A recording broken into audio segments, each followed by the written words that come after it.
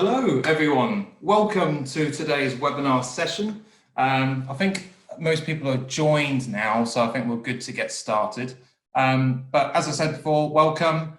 This is our first webinar of the year in replacement of an actual event that we were going to have with actual people, an actual venue, but obviously times have changed.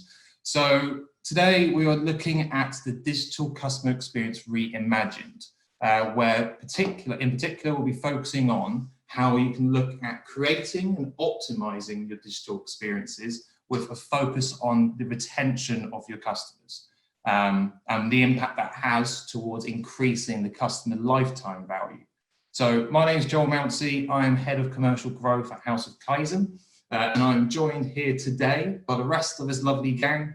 We've got myself, Tom Gale, Optimization Manager, Osh Rice, Business Director at House of Kaizen, and our friend at Pulsar, a social listening tool with Senior Research Managers Anna and Oriel. And today, you may have already seen the agenda, but I'll just quickly recap. We will be going through 4 key points.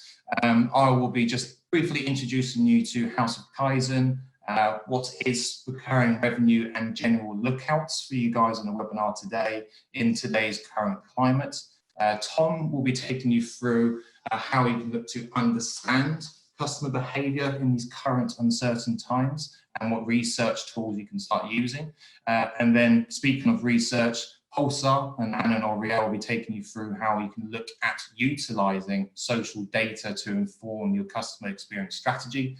And finally, Osh will be taking you through how you can start to build experimentation business cases within your organization. So you can probably treat this as a kind of step-by-step 1, 2, 3, 4, hopefully as some actions that you can take away from today.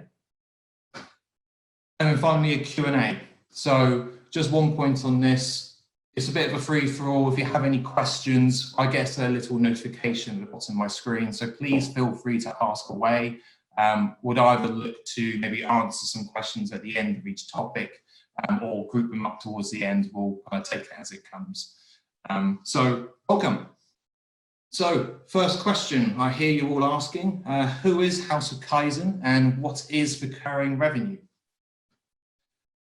In a nutshell, House of Kaizen are specialists in digital experience optimization, which is the methodology and the approach of unifying all of your digital touch points and bringing them together into journeys and then optimizing those journeys that meet both customer and business goals, made up of various techniques and methodologies such as our consumer insights and research department, which feed into our experimentation and testing programs led by our strategy teams. And then we can also look at digital products and innovation, as well as content, UX and UI design, and also development teams as well. Kaizen, which is in our name, is Japanese for continuous improvement and is very much our business ethos. We've been around for good old 17 years, so we're probably considered veterans or experts in this space now, with offices both in New York and London. We've got global presence and worked with brands globally with their audiences, which consists of us actually slowly becoming localization experts, where we've actually helped brands optimize their experiences based on geographic audiences. And we are a small family made up of 30 plus passionate employees across our strategy and optimization consultant teams, our studio teams, project managers, other consultants as well. Secondly, we have a particular focus on helping brands work with their recurring revenue model, which I'll touch on in more detail on the next slide. But what we believe in is we work with the entire customer life cycle. So we go beyond just the acquisition stage and actually help brands optimize their experiences towards achieving their best possible recurring customer experience. Some of the brands we've worked with currently and previously were big in the publishing and media sector, as well as SaaS, financial services and charities. Some of the clients we have commonly worked with: Wall Street Journal, Hearst Magazines, RSPB, McAfee, and Cylance Antivirus. So just to touch on when I say recurring revenue model, I've tried to summarize this as best as possible into one sentence, but typically it is about predictable revenues that occur at regular intervals and go forward with a relatively high degree of certainty. And as I mentioned previously, it enables all stages of the customer lifecycle, so beyond acquisition, to be of equal importance into achieving commercial growth. So we're looking at engagement, looking at retention, looking at win back, looking at onboarding. And what that looks like typically is if your traditional transaction-based model, like your e-commerce stores, who class their customers as customers, who make higher price purchases and they're one-off transactions, and the contribution towards the customer lifetime value is mainly focused on acquisition and the conversion of traffic into making a purchase. Whereas the recurring revenue model, which is the space we particularly work in, who class their customers more so as subscribers or members, who make smaller, more frequent payment for continued use of products and services. And in regards to the customer lifetime value, all stages of the life cycle contribute towards the growth of that. So, some personal lookouts for brands and marketers, in particular on this call, regarding today's climate. Now, more so than ever, I think it's very important that you have your three voices of your organization perfectly aligned, which I'll touch on in a second, what those three voices are. And make sure you keep the wheels moving. I think we've heard quite a few brands pausing or slowing down a lot of their activity, which, to be honest, is a big mistake, because opportunities still exist out there, more so than ever, opportunities for brands to provide their value and meet consumer demand. Right. And more so, this isn't just a marketing challenge as well, or the marketing team's responsibility to see through this current climate. Touching on the three voices, this is a framework we typically work with, and today we'll be looking at the voice of the customer. But the voice of the customer is all about do not lose touch. Do not lose touch of who they are, what they're thinking, what their emotions are, what their needs and desires and frustrations are, but then use that, the voice of the customer, to influence the other two voices, the voice of the business and the voice of the process. Voice of the business being where leadership decisions are made, changes are made, and business cases are made, and use the voice of the customer to actually influence how the business moves forward and actually changes and actually causes what we call business agility, because now more so than ever, businesses need to be agile to change. But then the voice of the process is how do tools, technologies, people, and processes enable the business to change? Are tools fit for purpose? Does it take 6 months to actually make a feature change or an operational kind of technology change? So these are the kind of the framework we use, and we use digital experience optimization to actually influence or provide a framework for change within these three voices. So as an ongoing framework, and my kind of key takeaway for you guys today is to make sure that you are listening, continuously listening to these three voices, use these three voices to inform your decision making, inform your strategy, create your business cases for making changes, and also use experimentation as well to influence those three voices, and what we call the continuous harmonious balance within your organization. Because once you achieve that, your business will then become ready for change, and then you continuously provide and optimize customer experiences. If you don't do this, what may happen are slip-ups like this, where marketers or brand marketers become a lot more distant from their customers because they're kind of focusing on the internal issues right now. And BT Sport, as an example, which I picked up, I think yesterday or the day before, yeah, I mean, you can fall on the back foot if you're not listening to what's going on around you, because what seems to happen is that everything around business changes, especially in today's climate. And if you don't change to where things are going, things like this can happen. And I think especially right now, bad press is not a good thing to be happening to a business right now. So this is just a pure example. So my key takeaway, and to set the scene for the rest of the webinar today, is to make sure right now you are looking at those three voices, more in particular the voice of the customer, to make sure you're listening, you understand, and you can therefore execute on the strategies in order to actually help your business thrive right now. So what Tom and the rest of the team will take you through in this webinar today is how you can continuously research and gather those insights, continuously test and experiment, continuously learn, and how to provide your continuous change of value. And most of all, don't stop. So I think Tom will take us on from now. But as I said, ask questions as we go along. I'll pick them up at the end of each session, or kind of group them up as we go along. So I'll keep an eye on it. Enjoy the rest of the webinar.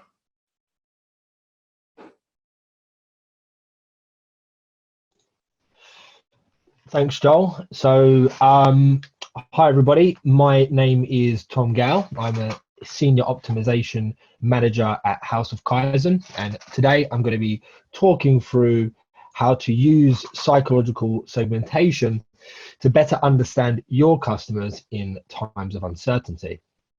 So, we're going to be looking through why you should reevaluate how you view your customers, using a psychological segmentation to better understand consumers, and then how you can adjust your marketing strategies to suit. So we all know that we're living in uncertain times, but one thing is certain, and that is that a recession is imminent. The IMF has predicted a global contraction of 3% in 2020. So how do successful businesses navigate uncertain economic times? Well, a Harvard Business Review of 4,700 companies highlighted that businesses that focus on understanding customers had the best chance of outperforming rivals. So I'm going to introduce you to a way of segmenting your customers that will help you understand how their purchasing behaviors change in a downturn, and also then how you can adjust your marketing tactics to suit. So let's look at a way that you can rethink a way in which you view your customers. So traditionally, we segment according to demographics, age, or lifestyle.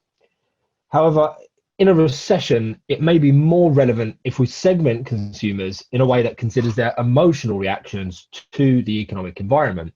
So whether consumers are pessimistic, uncertain, or even optimistic, all need to be considered when we're approaching our strategies.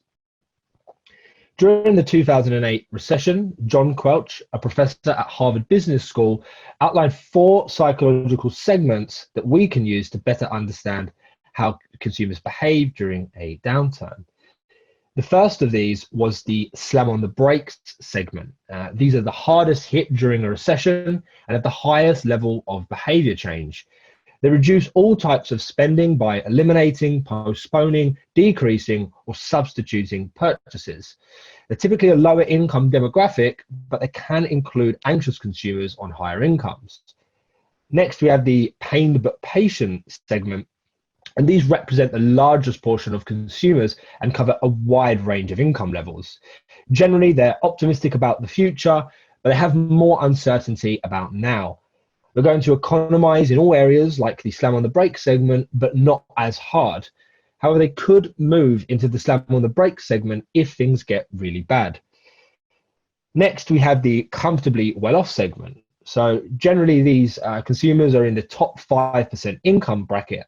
They feel quite secure about their ability to ride out current and future bumps in the economy, and the consumption levels are going to remain more or less the same as to what they did in pre-recession levels. But they may be a little bit more selective about their purchases. Finally, we have the live for today segment. These are a younger demographic. They're generally less concerned about savings, but they may delay more major purchases. And their attitudes are unlikely to change unless they become unemployed. So regardless of what segment consumers belong to, they're going to prioritize consumption of products and services by the following categories. So the first category, which is the highest priority, is essentials. These are necessary for survival, perceived as central to well-being, including basic levels of food, shelter, clothing. They can also include medical care and transportation. Next, we have treats. And these are things that are the immediate purchase is considered justifiable, normally indulgences. Next, we have postponable products or services. These are things that consumers want or desire, but they could put them off a little bit into the future, given the change in the economic environment. Finally, we have expendables, and these are things that people are going to view as generally unnecessary or perhaps even unjustifiable. And throughout a downturn, all consumers are going to reevaluate how they prioritize what they're purchasing. So now we're going to look at how we're going to explore how purchasing behavior changes for these segments and then what you can do to adapt to this change in behavior. So for the slam on the brakes segment, for essential products, they're going to be looking for lower cost products and also substitutes. For treats, there's going to be a large reduction or even an elimination in purchases. For postponables, we're going to see elimination of spending unless it becomes an emergency and they then have to spend. So it would even move into an essential product. And then finally, expendables are going to be completely eliminated from their purchasing behavior. Next, in the pained but patient segment, for essential products, they're going to still try and find the brands that they love and they always buy, but perhaps at lower prices. However, they will now start to settle for cheaper alternatives. Next, for treats, they're going to be looking to cut back not only the frequency, but also the quantity of purchases. They're going to be focusing on value for money now. And for postponables, major purchases will be delayed. For things that can be repaired, they may be looking to do so rather than replacing it with a new purchase. And there's really going to be an emphasis on looking at value over just pure product features. For expendable products or services, these are going to be significantly reduced or potentially even eliminated. For the comfortably well-off segment, for essentials, we're not going to see a change in purchasing behavior. They're generally unaffected in an economic downturn. Next, for treats, they may be more selective in what they're purchasing, but will still be purchasing at a relative level. And for postponables, they're going to want better quality for the price that they're paying. And then for expendables, they might reduce only the most conspicuous in that category. The final segment, the Live for Today segment, that had the lowest behavior change in a downturn, essentials and treats are really not going to see any change in their purchasing behavior. However, postponables, they may delay purchase in this category unless they see a very attractive deal. And for expendables, they don't normally consider a lot of purchases to be unjustifiable, but they might not expand into new types of purchases. So how can we adjust our marketing tactics to suit this changing consumer behavior? So for essentials, for the slam on the brakes and the pain but patient segments, we can really look to focus on promoting those low-cost value products. A key example here to the left is of Tesco, and you can see that their recent advertising campaign is really focusing in on their low-cost range and having a comparison to Aldi, which are obviously a well-known low-cost supermarket. Next, offering bonus packs. This can just help to encourage higher purchase quantity, and the bonus packs also help to increase perceived value. Next, the quality of established brands can be promoted to help retain purchases. For example, these brands that have been around for a long time, they're dependable, you know them, so therefore it's worth continuing to purchase them. Next, offer lower price options where appropriate. For the comfortably well off and live for today's segments, behavior isn't really affected for essential products, so it's still important to just continue awareness advertising, but there normally won't be too much change in purchasing behavior.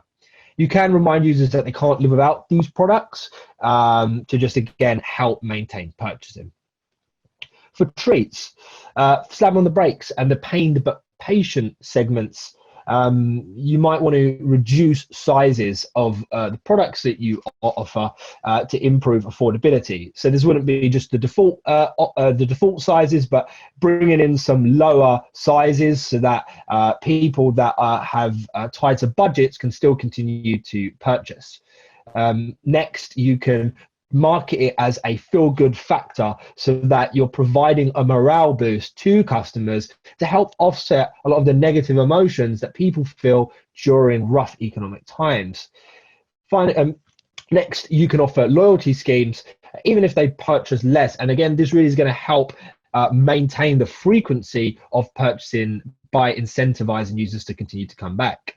Next, you can promote products as affordable alternatives to perhaps more expensive treats that people maybe have bought in the past. For the comfortably well off and live for today's segments, this is going to be more about focusing on the quality aspects of your product. If you're a more luxury brand that has consumers in these categories, then focusing on messaging that implies that you deserve it, you've worked hard for this, can also help users justify purchases. Next, you can offer subscription options to help reduce the effort needed to continue to purchase. Amazon have a great example of this where they just do a sort of subscribe and save. It's very easy to just continue buying because it's automated.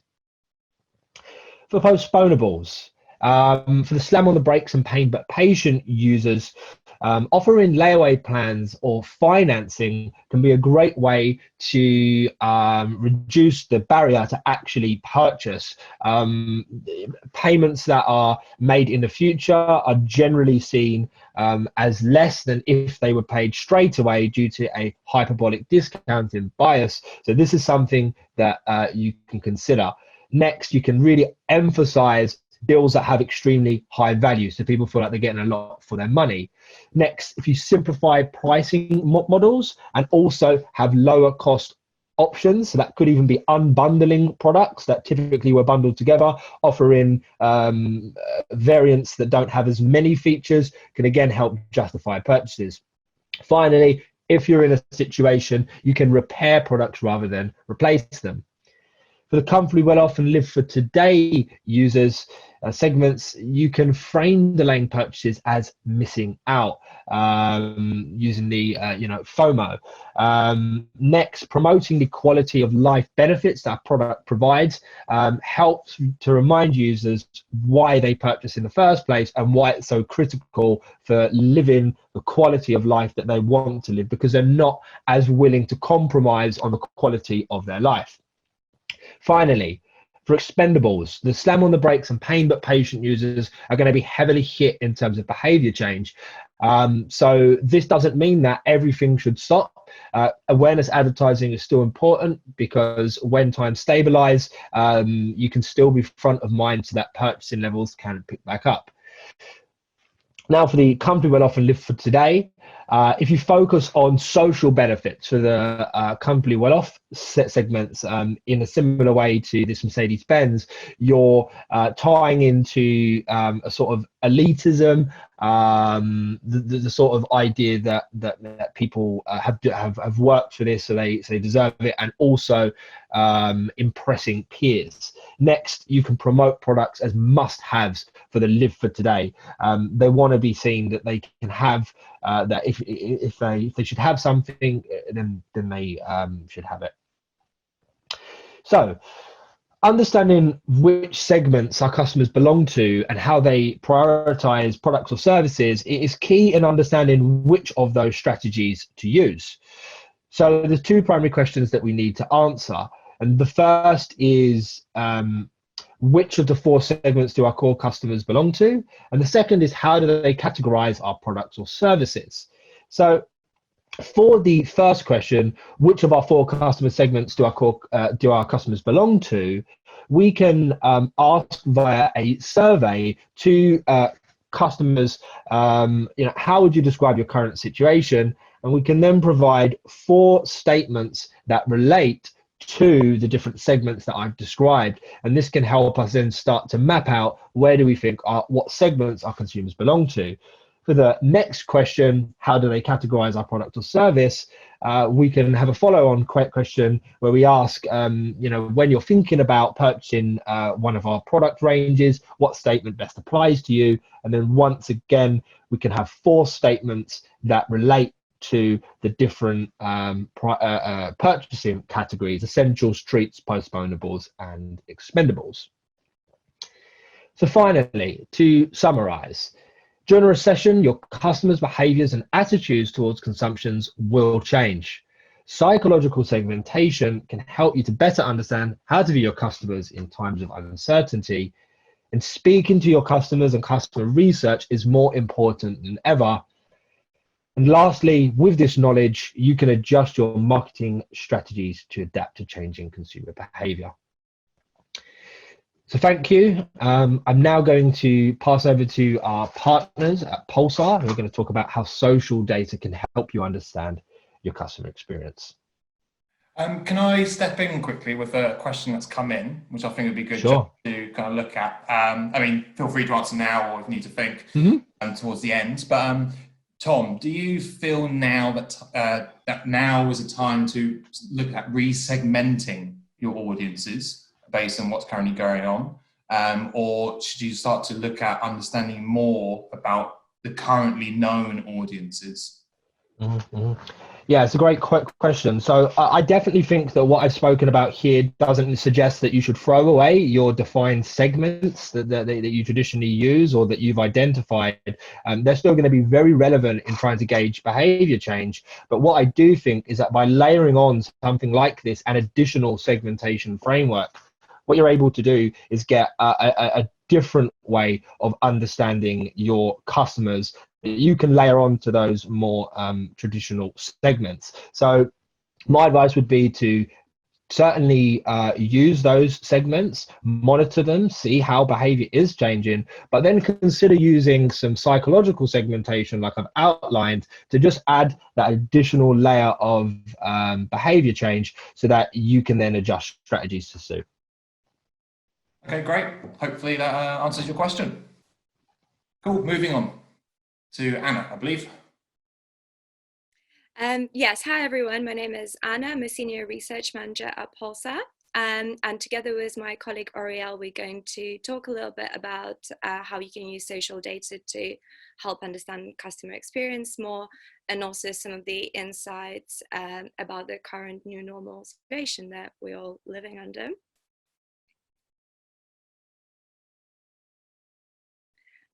So who's Pulsar? Well, we're a social listening company, but what we like to say is actually we're an audience intelligence company. We use conversational and behavioral data from leading digital sources and combine it with vertical AI and our consultancy team's minds to help organizations understand their audiences and then anticipate shifts in consumer behavior better.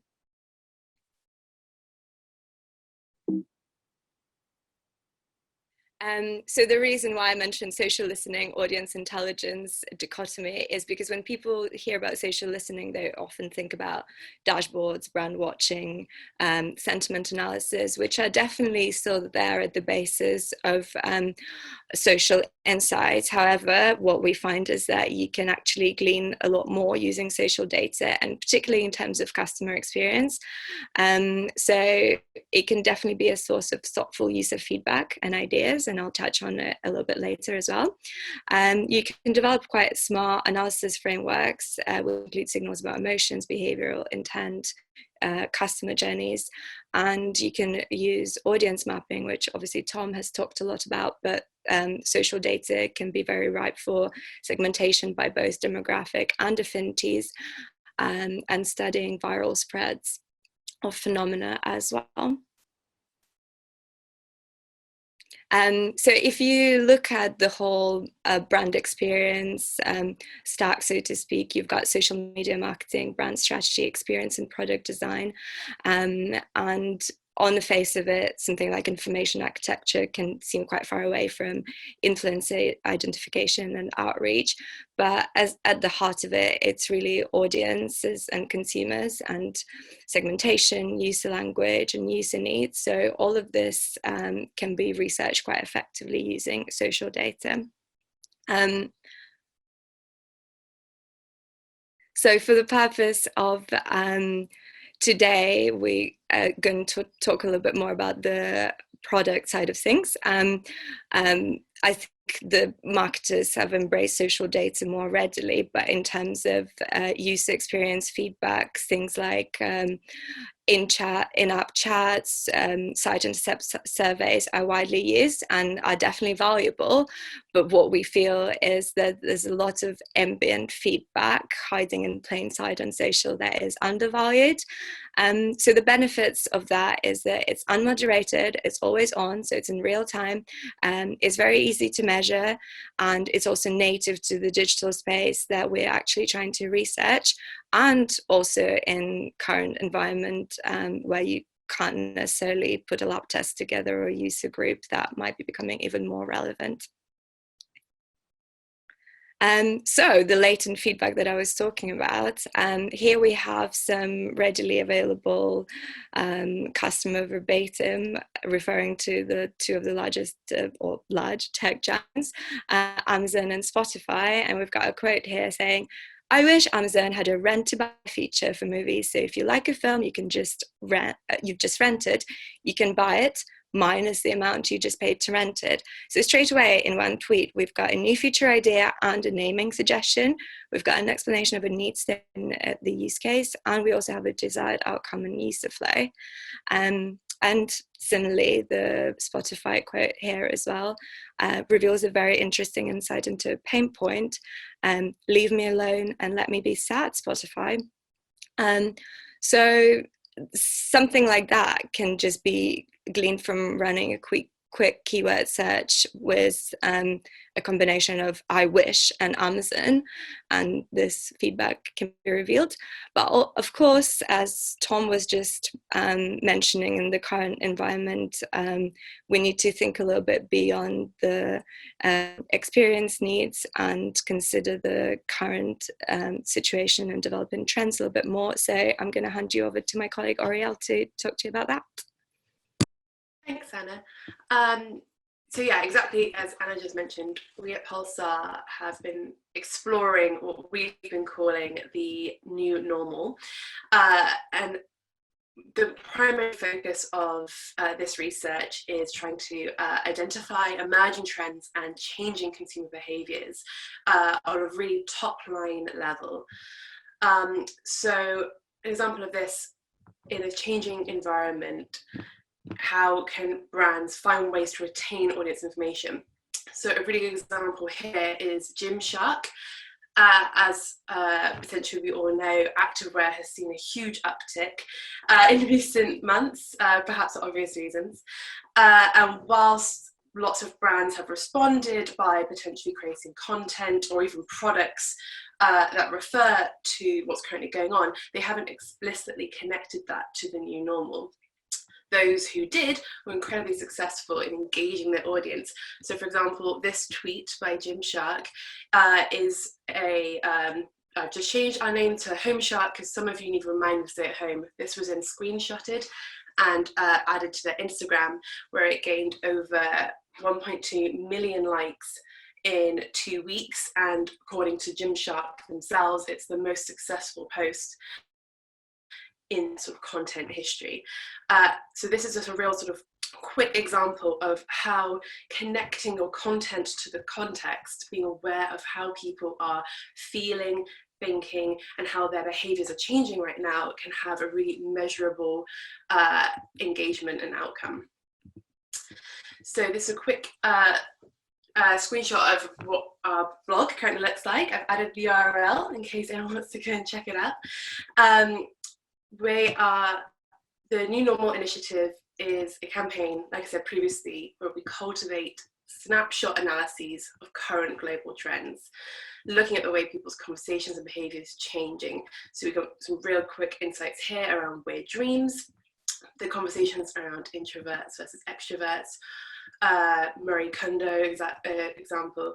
But when we look into the emerging trends that are influencing our everyday, we have things like the houseplant delivery, where people are trying to bring their outside in virtual backgrounds as people try and create perhaps more professional backgrounds to their conference calls, or fun sort of ways where they interact with their friends.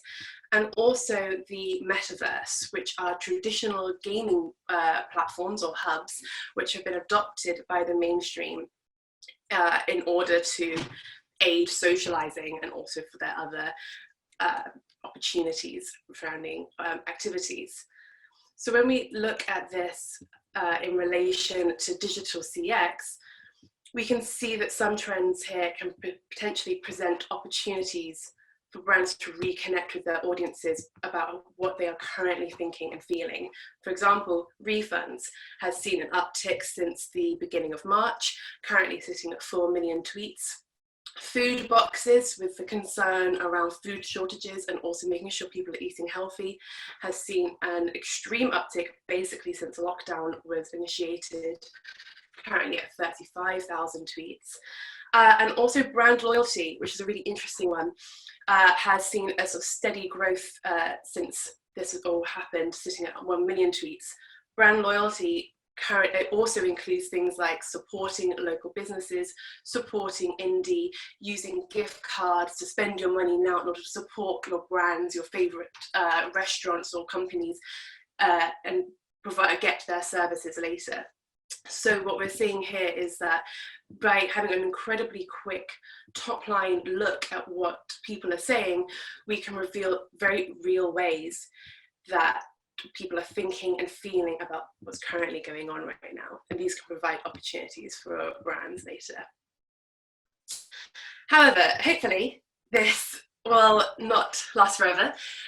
So we also had a look for when this is over and buying keywords. And this work was actually shared with Hearst, Italy and Spain.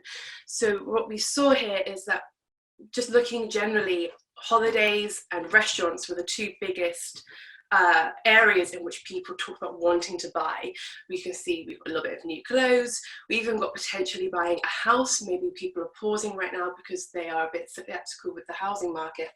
So this is really interesting when we connect back to what Tom said about how people are referring to treats and how different people, such as the live for the day or the slam for the breaks, like how these different segments are relating to their purchases.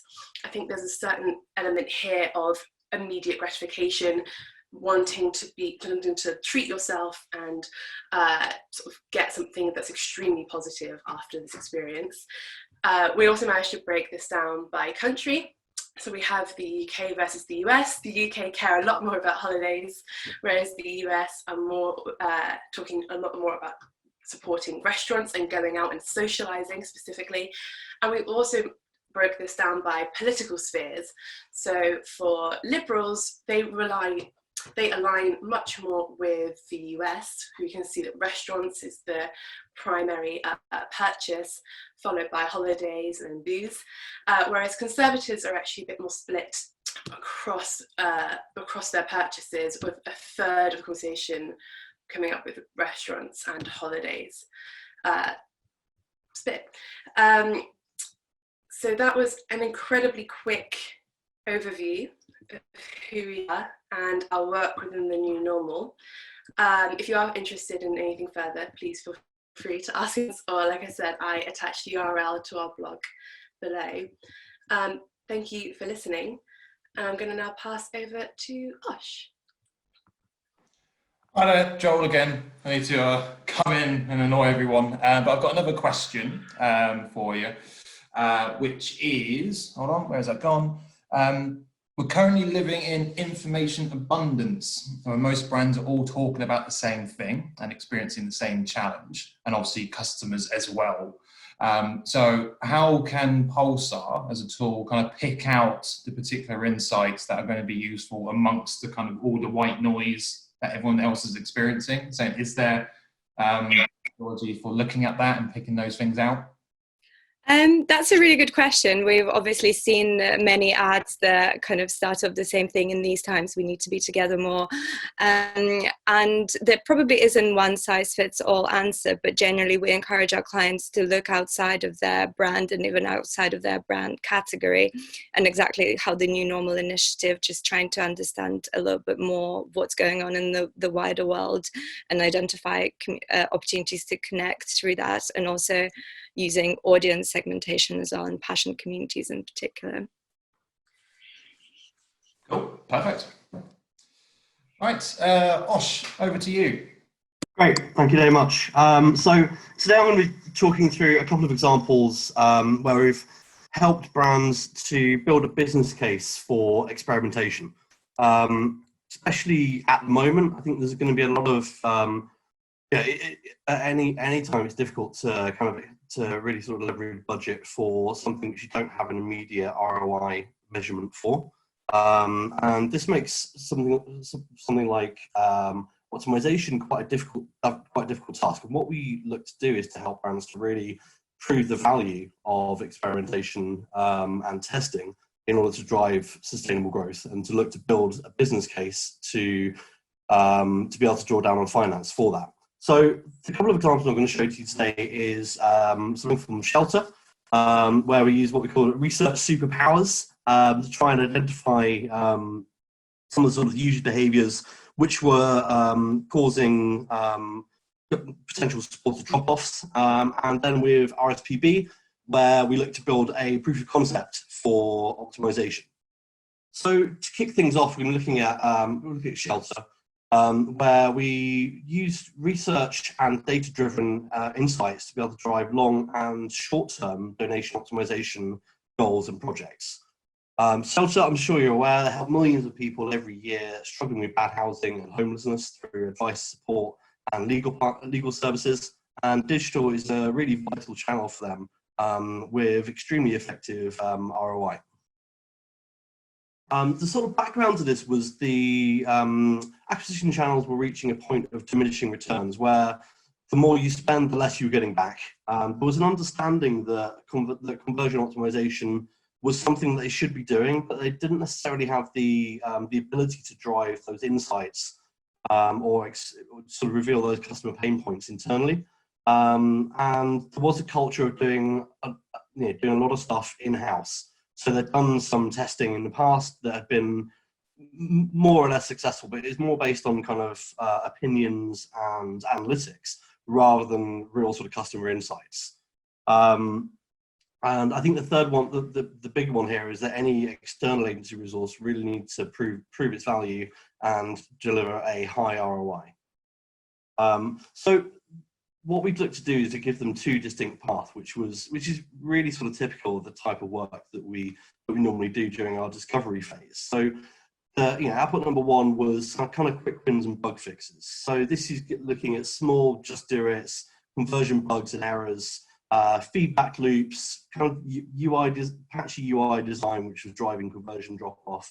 And these were some of the things that can be implemented by their internal team relatively easily. The second kind of track was more long-term, more complex optimization and experimentation opportunities. So this looks at prioritizing these around ROI, really looking at those different sort of conversion problems and identifying a testing solution that could help to overcome those. And that's then sort of owned by House of Kaizen. What's really interesting here is that we use a number of different kind of methodologies when we look to run these discovery phases. So this could be anything from user interaction studies, so using something like session cam to understand what user behavior, looking at stuff like form fields, looking at click maps, looking at heat maps. We also run a lot of usability testing. So this is using a panel of users, setting them a specific task. In this case, it would be asking them to complete a donation, and giving us real-time feedback as to how they felt how they feel the flow was, what areas that they really struggled on, and again looking at sort of analytics and your own sort of custom data, using all of these to really drive actionable insights. So when we say actionable insights, there's a real difference here between an insight and an observation. So for us, an insight is something which really sort of ties into a core customer conversion pain point. So what is preventing people from buying your products or services? So all of these sort of fed into these actual insights, and we were then segmented between those two areas that I just spoke about, which was the kind of quick wins and then the more comprehensive testing. So the quick wins was really interesting. I mean, yeah, again, this is just one sort of component of discovery, but the research and analysis drove over 20 actual insights for the organization, and they were able to implement those within a couple of weeks. And the impact of that was quite significant. So, I mean, they saw a 14% uplift in donations, 12% increase in their earnings per click, and a 726% ROI on that work. And this is just the quick wins, right? So these are the sort of insights that you can get by looking at a comprehensive sort of research and data analysis to give you a much clearer idea of what are those kind of conversion issues that can be fixed normally. And I think a lot of what the sort of feedback we got from the client was that we kind of had a feeling that a lot of these things were preventing conversion or were really impacting our numbers, but we couldn't prove it. And that's, you know, and that's really interesting to hear is that this sort of stuff can almost kind of prove the stuff that you already think, but it's difficult to get the business to make those changes when you have no evidence for that. It's just kind of opinion. The second piece of this was then to build an optimization roadmap. So, you know, these were based on the actual insights that we've seen, the actual customer and conversion problems that we identified, then segmented and start to break those down by the opportunity. So what we mean by that is if we prioritize around what's going to actually drive the best growth. So there's no point, there's no point when you're trying to prove the concept of optimization in doing something which is going to move the needle a little bit. You want to make sure that it's really impactful. So we look at a number of different sort of areas of prioritization. So traffic flow, the actual opportunity for uplift, and to really start to put those down into a number of different sort of testing ideas that are going to build that will help to build a robust business case. And also one of the things that we do really effectively is to put some skin in the game in terms of accurate forecasting. So that, you know, so we can say quite comprehensively, we've got the data, we've got our insights, we've got our prioritized testing tracks, and we can say with quite a high degree of certainty what the likely uplift and impact of these pieces are. So that really helps to build a very sort of compelling and robust business case. And we actually did our first experiment with them over Christmas, which was great. So we drew from sort of behavioural and attitudinal insights that we generated during the discovery phase. And the output of this test was a 45% uplift in average donation value, so average order value, and a 7.2% uplift in incremental income over the next 12 months, which is over 1,000% return on investment for one test. So this gives you some idea of, if you do the groundwork, you get the foundations in place of insights and data informed strategy, then these are sort of results that you can see. And this really helps to prove the case for optimization and experimentation within the organization. So we don't work only with charities. I think these are the two sort of recent examples that really prove the case. And especially with charities, it can be quite difficult to extract budget when you don't have that sort of clear line of sight on an ROI. So RSPB came at us with, they wanted to, they understood there was a need to begin experimentation. I'm presuming most people know who the RSPB are. We were actually working with the RSPB shop. So this is an entity which allows RSPB members and the general public to buy sort of bird feed, garden feeders, and other nature products from the RSPB e-commerce shop. Really useful at the moment when everyone's stuck at home. One of the one of the areas that they really sort of came to us with is we understand that we need to do something around conversion rate. It's good, but it's not great. In order to sort of look at drawing down on budget for this, we need to have a really rock solid case for drawing down on budget. So we need a proof of concept, which is going to prove that we can deliver testing with an ROI above 300%, that it can drive truly incremental uplifts in both conversion rate and revenue. And also, that they wanted to understand more about their customers and their customer behaviors. Similar to Shelter, in that they didn't necessarily have the capabilities to generate those insights in-house. So one of the first things that we did really was look at scoping that opportunity. So where, in a similar way to what I said about Shelter, is that you need to, for this first test, to really prove, for that proof of concept, you need to really ensure that you're going to move the needle. Having a very small uplift can be useful, but in order to prove the concept, prove the value, you really need to make sure you're moving the needle a lot. So we're looking at, where can we see a sort of, 8, 9, 10% uplift in performance. And we start to look at where traffic is coming from, where the biggest opportunity is. And if you, for example, if you looked at testing on the basket or the checkout, yes, you're going to see an improvement, but you actually want to start further down that, further up the funnel, looking at product pages, category pages, that you can really start to, you can start to see more customers coming through to basket and checkout before you start to optimize that area. So that's where we look to focus. In terms of our approach, we do use very standard sort of methodology. So we look at research, so that's the discovery phase that I mentioned. We then look at sort of testing strategies. So what are, from the data and insights that we've discovered, what is the best approach to testing? What's going to give us the biggest value? We design, build, and QA in-house, then launch that test, and then we have a comprehensive post-test analysis. So that's looking at session replays, that's looking at heat mapping, that's really to evaluate test performance, and also making sure that the way that we're measuring impact corresponds to the way our client organizations are measuring. So it's quite a common sort of thread when working with agencies in that, well, the numbers that you're reporting don't correspond to the numbers that we're seeing on our end. So that's one of the biggest sort of things for us is making sure the measurement really sort of ties together. So in terms of our test, you can see the before and after there.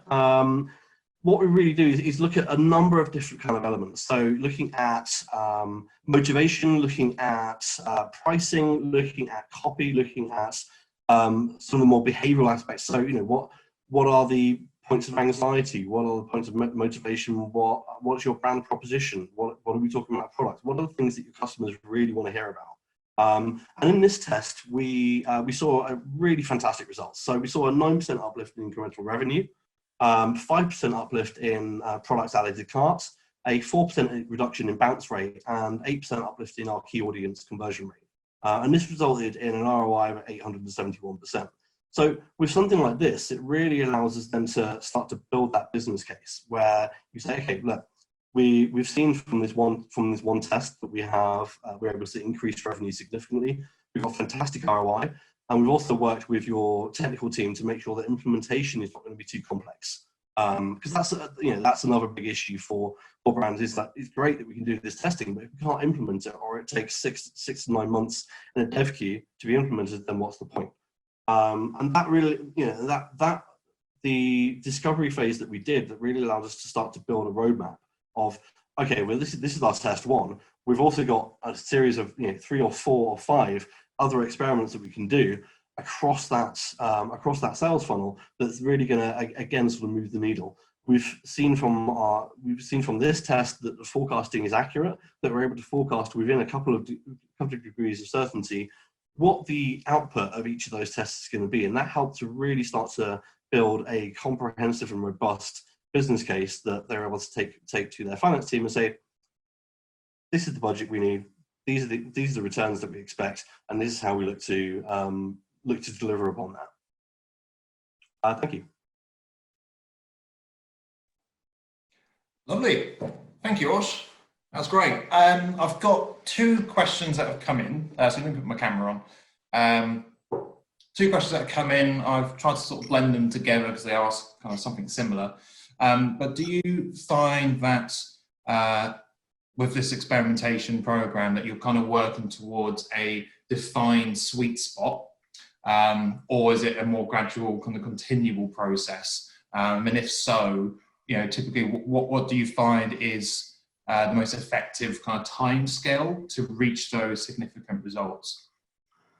It really varies. I know it's not the sort of binary answer that you're looking for, but it varies on a couple of factors. It's how many visitors you're seeing, how many conversions you're seeing each month, but also stuff like what is the what sort of velocity of testing that you're able to implement. So what you really see with testing is if you have a higher velocity of test, then you start to see real compound impact of those tests. So rather than doing one test, you know, at the beginning of the year, one test in the middle of the year, and another experiment at the end of the year, if you start to build on those successes and implement rapidly, then you see real compound impact of those tests. So really iterating on on each previous test.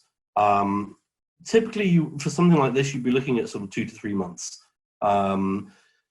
The first month really is research and analysis. Is, you know, really deep dive into your data, start to understand your customers a lot better. You know, especially when you're working very closely on your brand side, you have a very clear idea of who your customers are, but often your customer behavior is telling us something different. You can see from analytics, you can see from session recording tools, you get a lot of what customers are doing, but it's, you know, it's our job really to delve into the why, is to understand, you know, the more attitudinal side of things. And that, you know, we run a lot of surveys, we do a lot of voice of customer stuff, and to really understand what those kind of behavioral signifiers are that are impacting customer behavior. So that would be where you kind of start from. You would then start to identify and prioritize testing streams, and start to build the case for what the potential outputs are. So that's looking at ROI, that's looking at potential uplift. And you can only really do that in a robust manner once you've done the groundwork.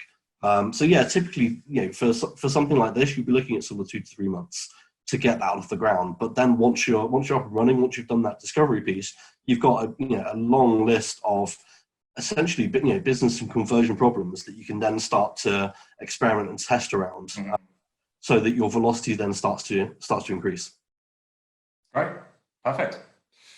Right, I'm cautious of time. We're 2 minutes over, which I think we've done pretty well on. Two things for me to end on, which is one, we will obviously follow up with everyone after this webinar. One, to really appreciate the feedback on how today went and what your thoughts were. If there's anything else any questions you had or anything else you need answering. So we'll follow up with you individually on that. But then secondly, for those who are still around, we are offering a free conversion audit where we will take a look at your Google Analytics and provide some kind of suggestions on what you should do, both quick win and long term, and kind of help you guys out for the foreseeable future with that. So I'll follow up with that personally as well to each of you. But lastly, yeah, thank you very much. I think that's it for today. So I hope it was useful, insightful. And yes, we'll hopefully do a lot more of these throughout the course of the next few months, obviously seeing how things go. But yes, thank you very much. Enjoy your day, have a good week, enjoy the sunshine, and yeah, speak to you all soon. Thank you very much, everyone.